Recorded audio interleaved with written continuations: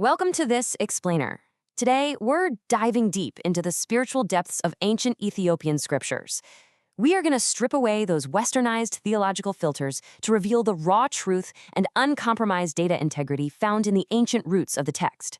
Because, as you'll see, traditional Ge'ez texts consistently offer a much more profound perspective than standard Western translations. So get ready to rethink some very familiar narratives. Here's our roadmap for today's textual breakdown. We're hitting 1. The trap of the rapper, 2. Temptation and the lost light, 3. Blinding the inward lamp, 4. The fierce divine protector, and 5. Demanding raw textual integrity. Let's jump right in. Starting off with Section 1, the trap of the wrapper. You know, the carnal world really trains us to fixate on the physical wrapper, kind of like the secular myth of Helen of Troy being justice's ultimate physical prize. But the ancient texts warn us that this is a complete trap. When we compare the widely known Western filter of Genesis 3, which focuses heavily on the simple transactional act of eating, directly with the Ge'ez text of the Orit Sephetret, a huge revelation emerges. The traditional text exposes the real mechanic here. It explicitly states the tree was pleasing to the eyes and beautiful to contemplate. The enemy's baseline tactic wasn't some loud assault. It was a quiet, precise strike against sight, a targeted attack on how we look at the wrapper.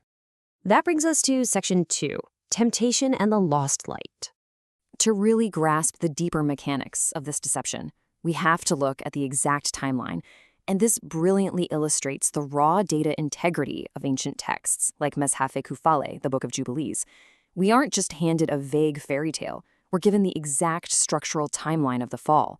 The 7th year, they were in the garden. The 2nd month was the season, and the 17th day is pinned as the literal day humanity became tragic captives. This level of uncompromised data absolutely demands our attention. So what actually went down on that exact day? Well, the text known as the conflict of Adam and Eve with Satan reveals the ultimate tragedy of the moment. They didn't just break a cosmic rule, they literally lost their garments of light. The text says they wept bitterly because their bright nature was stripped away, leaving them suddenly and terrifyingly exposed to a dense, heavy physical world. They fell entirely into the realm of the wrapper. Moving right along to Section 3, Blinding the Inward Lamp. This leads us to a really fascinating revelation about how what we see, the eye gate, actually populates our heart. Consider this real-world example. Why do fashion-forward mirrored sunglasses cause immediate psychological discomfort in a partner or even a stranger? It's actually a deeply spiritual reaction. The flesh inherently desires to effortlessly consume others through the eye gate. But when faced with a mirror instead, the onlooker is forced to view their own reflection rather than consuming the wearer's soul. And honestly, the carnal flesh is utterly terrified of looking at its own brokenness. We're constantly commanded to walk by faith, not by sight, right? Well, that makes a whole lot more sense when you examine the ancient root. The Western filter in Matthew speaks somewhat abstractly about the eye being single or evil. It's a bit vague. But once again, the traditional Matthäus Ge'ez text offers a much more profound, literal perspective.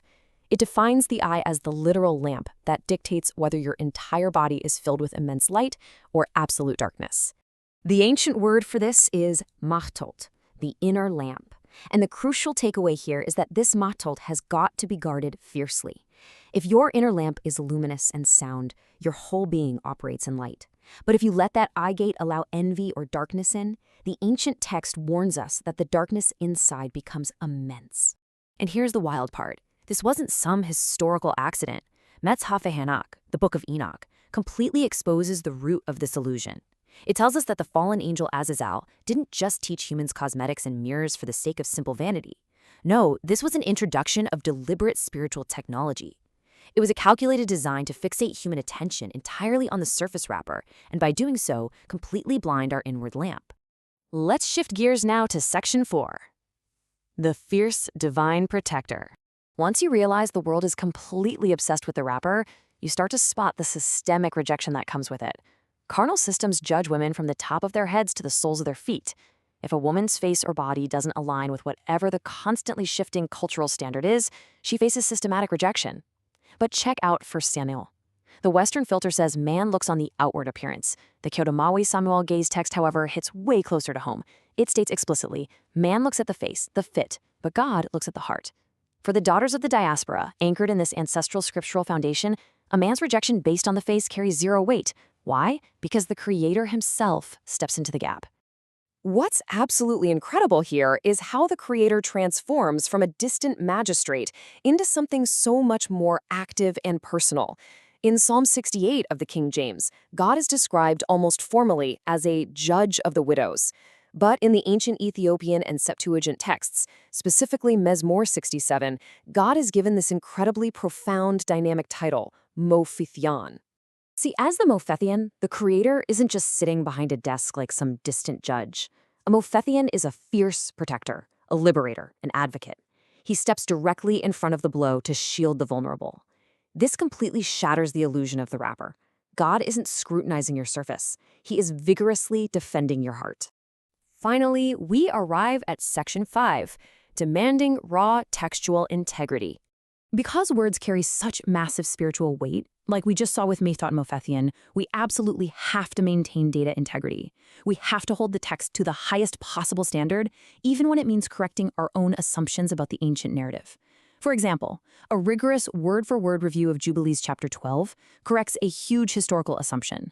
The language miraculously restored to Abraham by the angel, the foundational tongue of creation that had basically vanished since Babel, was Hebrew. The word giz is actually not present in that ancient narrative event.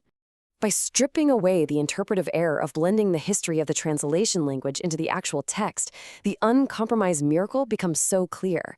Hebrew was the original tongue restored to Abraham's mouth, ears, and eyes. Giz stands as the holy, incredibly precise preservation language of the translation itself, and the results of returning to this raw truth, absolute separation from the idolatrous speech and mindsets of the nations. It's all about stripping away the errors we've wrapped around the text over the centuries. So, for every believer and daughter of the diaspora, these are your vital takeaways to make sure you're grounded in this ancestral foundation. Do not let a carnal world dictate your value based on your face or your outward wrapper. Always remember that the Creator completely bypasses that surface and goes straight for the heart. Find your absolute security in your fierce Mophethion, your protector. And above all, keep steadying. Keep the raw, unfiltered truth of the word in your mouth day and night. I'm going to leave you with this final thought to consider as you continue your own journey straight back to the root of the text. If returning to the ancient roots so thoroughly exposes the trap of the rapper, what surface-level illusions do you need to strip away in your own life right now to reveal the raw, uncompromised truth? Thank you so much for exploring these ancient depths with me today. Guard your inward lamp and keep seeking the root.